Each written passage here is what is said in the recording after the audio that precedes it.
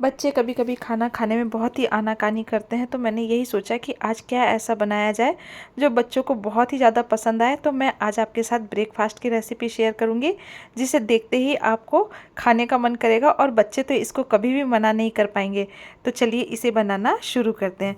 तो देखिए, सबसे पहले एक मीडियम साइज़ का आलू ले लिया है और इसे छील करके बिल्कुल साफ़ कर लिया है। और उसके बाद क्या करना है कि एक छोटा सा टुकड़ा मैंने लौकी का लिया है और साथ ही में एक शिमला मिर्च ली है। तो मीडियम साइज़ की एक शिमला मिर्च है, लौकी है और आलू है। अब क्या करेंगे कि इसे अच्छी तरीके से धो करके और साइड में रखते हैं। इसमें डालने के लिए कुछ और सब्जियों की कटिंग कर लेते हैं। तो एक मीडियम साइज़ का प्याज लिया है, जिसे बिल्कुल बारीक बारीक कट कर लिया है। साथ ही में एक मीडियम साइज़ की शिमला मिर्च है, जिसे भी कट कर लिया है। और उसके बाद क्या किया ना कि फ्रेश हरी पत्तेदार धनिया को भी काट करके और अब इसे रखेंगे साइड में। अब आजकल मार्केट में बहुत ही अच्छे कॉर्न मिल रहे हैं, तो ये कॉर्न मैंने बॉईल कर लिए थे और अब मैं इसे मिक्सर में डाल करके और इसे पल्स मोड पर ग्राइंड कर लेंगे।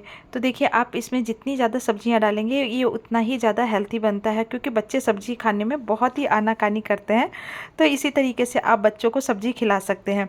तो देखिए, अब मैंने इसे ग्राइंड कर लिया है और उसके बाद देखिए कितना अच्छा सा दरदरा बिल्कुल बन करके तैयार हो गया। हमें इसके अंदर पानी बिल्कुल भी नहीं डालना है। अब इधर जो चावल मैंने 1.5 घंटे पहले भीगने के लिए रखे थे, इसे अब 2 या 3 बार पानी से अच्छी तरीके से धो लेंगे। आप चाहें तो इसे ओवरनाइट के लिए भी भिगो करके रख सकते हैं। तो मुझे रात में तो याद नहीं आई, तो मुझे सुबह याद आई है, तो इसलिए मैंने इसे 1.5 से 2 घंटे पहले भिगो करके रख दिया है। अब क्या करेंगे ना कि एक मिक्सर जार लेंगे।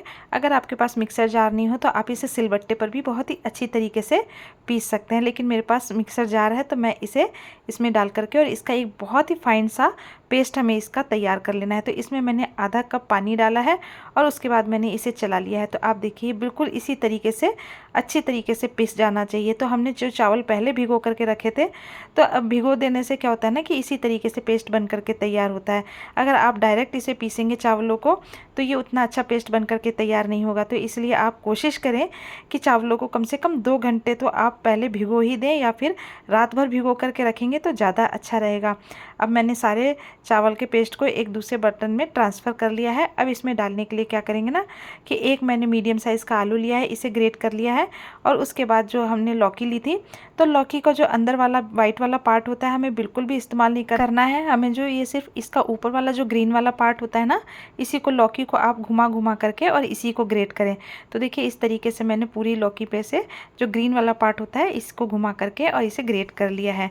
अब क्या करेंगे कि आलू को और लौकी को अब हम डाल देंगे, मतलब जो चावल वाला पेस्ट हमने पीस करके रखा है इसके अंदर डाल देंगे। तो आप कोशिश करें कि जब चावल पीस लें उसके बाद ही आप आलू और लौकी को ग्रेट करें, नहीं तो क्या होगा ना कि अगर आप पहले ग्रेट करके रखेंगे तो उससे ये काले पड़ जाएंगे, और अगर ये काले पड़ जाते हैं ना तो ये देखने में बिल्कुल भी अच्छे नहीं लगते हैं। अब क्या करेंगे ना कि सब्जियों को हम इसके अंदर डाल देंगे, यानी कि बैटर के अंदर सारी सब्जियां मिक्स कर देंगे, जैसे कि शिमला मिर्च, प्याज और जो कॉर्न हमने ग्रेट करके रखे थे इसे भी हम इसके अंदर डाल देंगे। और अब इसके अंदर कुछ मसाले ऐड करेंगे। तो इसके अंदर मैंने आधा चम्मच कलौंजी ली है, साथ ही में मैंने टेस्ट के अकॉर्डिंग नमक लिया है, और उसके बाद मैंने इसमें तीखेपन के लिए चिली फ्लेक्स लिया है। अगर आप बच्चों के लिए, ज़्यादा छोटे बच्चों के लिए बना रहे हैं तो आप चिली फ्लेक्स स्किप भी कर सकते हैं। और साथ ही में मैंने इसके अंदर आधा चम्मच जीरा और काली मिर्च का पाउडर डाला है।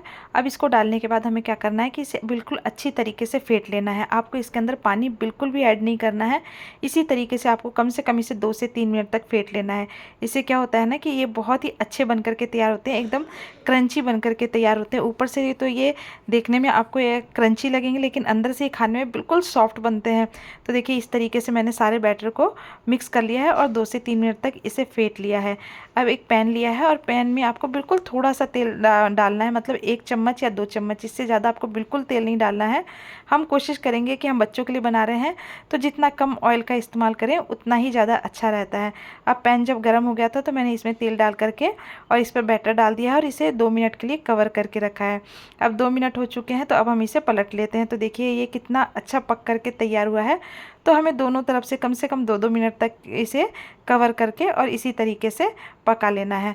तो मैं देखिए ये दोनों तरफ से आप अलट पलट करके और इसे पका लें, और तेल आप बिल्कुल भी डालने की कोशिश ना करें।